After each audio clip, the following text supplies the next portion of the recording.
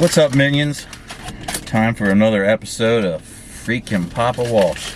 Today, while I'm enjoying some delicious, healthy McDonald's, after I spent 45 minutes in the gym building my shit, because I'm going to be turning 60 in freaking September. I want to look as best as I can for as long as I can, and I'll do whatever it freaking takes. Alright, so today I'm going to give my honest and truthful and unbridled opinion of Brandon's friends Nick and Corey. Now, they've been friends since high school, and apparently they were all part of the outcast people known as nerds back then. And I never knew them in high school. Brandon never brought him over to the house. He's probably scared I'd fucking abuse him or something, or bust on him. You know, the girls are the only ones that ever brought their friends over. I've known Devorah since her and Claudia were in middle school, and I think Kennedy brought a couple friends over. One of them was a little, I don't know if that was Kennedy's friend or Claudia's friend, but one of them was a little wacky. I remember one time Claudia had a girl spend the night and came down, walked through the kitchen into the family room, and she's got the music on, and this kid's dancing around by herself, and I just looked at her and said, "You feeling okay?" He goes, "Yep." I'm like, all right.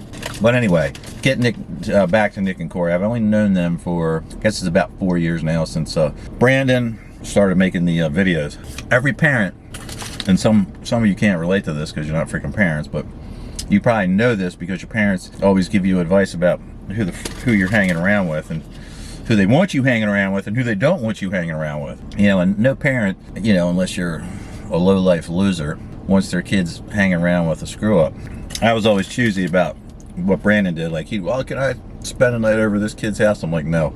Because you never know what they're going to do. You know, Brandon had a lot of potential because of his high level of intelligence. I don't want him getting any bad habits, start smoking, doing drugs, or drinking too early, that kind of thing.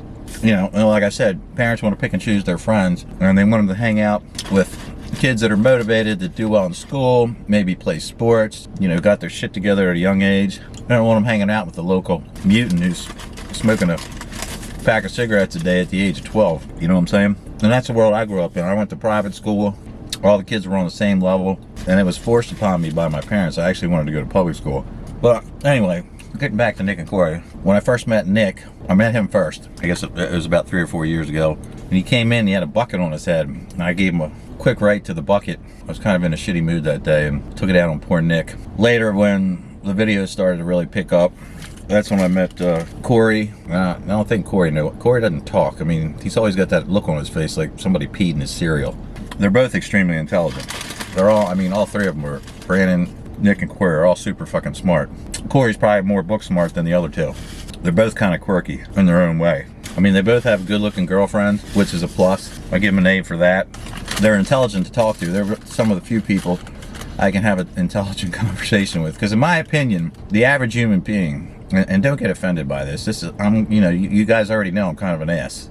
Or I'm actually a big ass. Most of the people that I talk to are freaking dumber than rocks, and I can't have an intelligent conversation with them. You know, I'm used to being, I live with a person who's extremely intelligent and can have an intelligent conversation with. But some of these people that you meet are just like, it's like talking to a door. When I'm around Nick and Corey, I can have an intelligent conversation with them, and they don't, you know, respond with stupidity like a lot of other people do. Good, bad, or indifferent, you want to be nice to your kids' friends, you know. And luckily, all my kids' friends aren't fuck-ups. Like, I know some people they're always bitching that their friends are hanging around with the wrong people, and got addicted to heroin. I mean, I know good families who are successful, and they have a kid they never talk about because little Johnny got addicted to heroin and couldn't get off it, and he's living on the fucking streets, and that's the truth. I know 2 families actually like that. Which is sad, because you do everything you can as a parent, and, well, I tried. There's no getting over on it. There's no fixing it. You know, it is what it is, and you just got to deal with it or walk away from it. Nick and Corey, yeah, I mean, they're both good guys. I like them a lot. I pick on them. I refer to them lovingly as Dingle and Barry. I don't know if they get offended by that or no, I'm fucking with them, but I'm just fucking with them. I said it to him last week while we were making a video. Nick was like, "Fuck you," which is fine. I dish it out. I got to be able to take it. I'm always dishing it out. God, I love these. The perfect snack after the gym. But anyway, yeah, they're good guys. And they all three get along. They freaking live together. They live together, travel together, go out together, pretty much do everything together. I guess all their women get along. The only one I haven't met is Corey's girlfriend. He's probably scared to let that happen because I'll probably say something. He thinks I'll probably say something obnoxious, and he's right. Corey and Nick are awesome. I get along with them really well, you know, because I'm around them a lot from shooting the videos, whether it's on location somewhere else or at my house or their house where they live with Brandon. Brandon's got a good deal going, you know, and he's got people he can trust that work with him, help him move forward in his business and all that good stuff.